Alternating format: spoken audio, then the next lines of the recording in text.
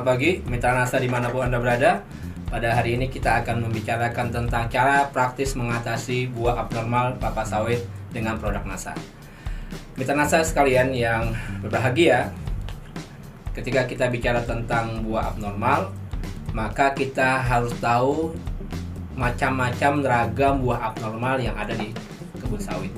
Yang pertama yang kita kenal adalah buah landak, kemudian buah banci, buah kempet, dan buah parthenocarpi.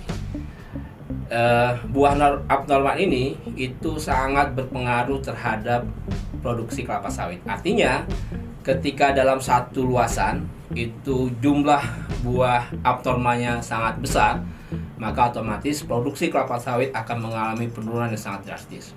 Nah, pada kesempatan kali ini kita akan membicarakan bagaimana cara mengatasi agar buah abnormal itu bisa kita tekan jumlahnya, sehingga produksi kelapa sawit akan bisa kita dapatkan hasil yang paling maksimal.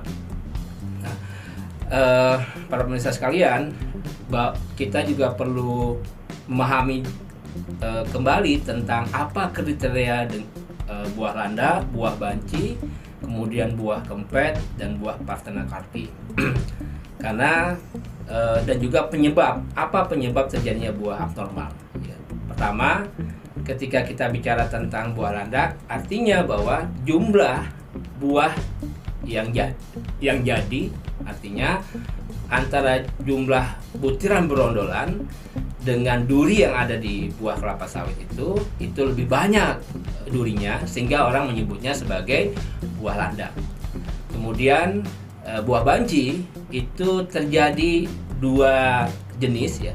Artinya di situ bunga betina yang harusnya jadi buah itu diikuti dengan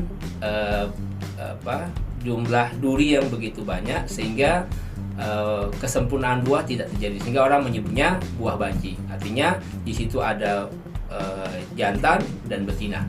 Kemudian buah kempet, sebenarnya ini bahasa daerah, ya. Buah kempet itu sebenarnya sama dengan buah landa. Dan kemudian yang keempat adalah buah parthenocarpi, buah yang dimana ketika matangnya itu tidak diikuti dengan perubahan warna. Biasanya kalau kita menggunakan kriteria warna, biasanya mulai dari warnanya hitam sampai kemudian merah dan jingga, itu menunjukkan buah itu matang. Tapi kalau buah parthenocarpi, dia tetap hitam sampai kemudian itu buahnya matang tapi tetap warnanya hitam, maka dia juga termasuk buah abnormal. Nah, mitra-mitra sekalian, sekarang kita akan membicarakan tentang penyebab terjadinya buah abnormal. Ya. Pertama adalah terjadinya prosentase bunga betina dan bunga jantan itu mengalami perbedaan yang sangat drastis. Artinya persentase bunga jantannya itu sangat minim. Jadi beberapa varietas di bibit kelapa sawit itu memang mengandalkan bahwa prosentase bunga betinanya sangat besar. Tetapi itu akan menyebabkan terjadinya persentase bunga jantannya kecil. Otomatis proses terjadinya pembuahan dari bunga jantan menuju dengan bunga betina itu tidak berlangsung dengan sempurna. Nah, kemudian yang kedua adalah populasi serangga penyerbuknya sangat minim.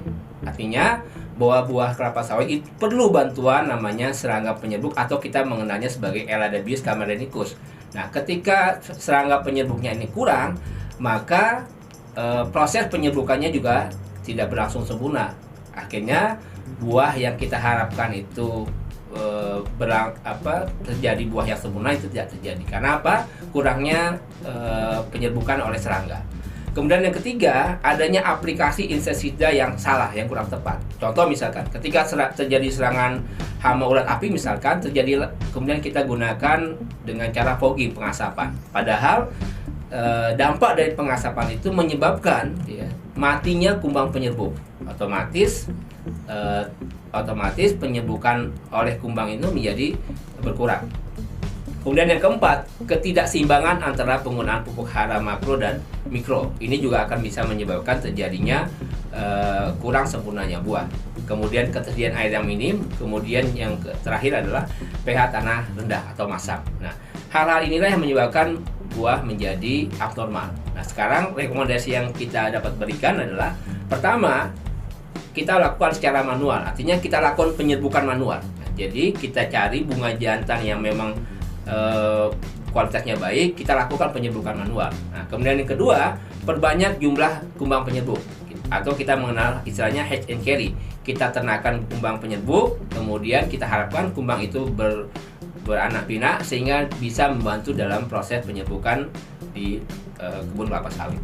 Kemudian yang ketiga, hindari inseksida kimia, sehingga kita bisa gunakan dengan melakukan agensi hayati. Kita punya produknya, itu bisa menggunakan produk-produk agensi hayati dari NASA.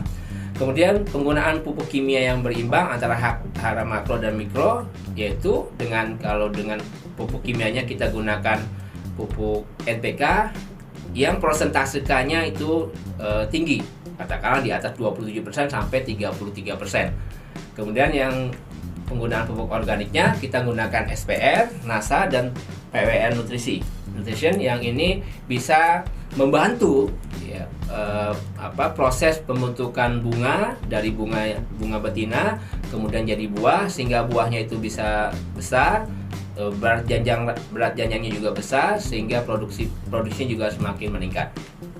Dan yang terakhir, penanaman dolomit untuk menstabilkan pH. Karena biasanya kalau pH terlalu asam itu akan menyebabkan pembentukan buah menjadi kurang sempurna. Nah, kemudian yang berikutnya, pembuatan resapan air, sehingga minimnya air bisa kita minimalkan dengan cara apa? Kita buat resapan-resapan air. Ketika musim hujan kita bisa menampung air, dan ketika musim kemarau itu bisa menjadi persediaan air, sehingga tanaman kelapa sawit bisa tercukupi airnya, sehingga pembentukan buah itu menjadi normal, tidak terjadinya buah abnormal. Demikian singkat informasi yang bisa kami sampaikan. Semoga ini bisa bermanfaat bagi mitra NASA sekalian, baik yang ada di kebun maupun yang ada di lokasi. Baik, mitra NASA sekalian, jangan lupa like, subscribe, dan bagikan, dan bunyikan loncengnya sehingga Anda tidak ketinggalan berita-berita terkini dari media sosial NASA, dari Facebook, Instagram, YouTube, Twitter, dan semangat lagi.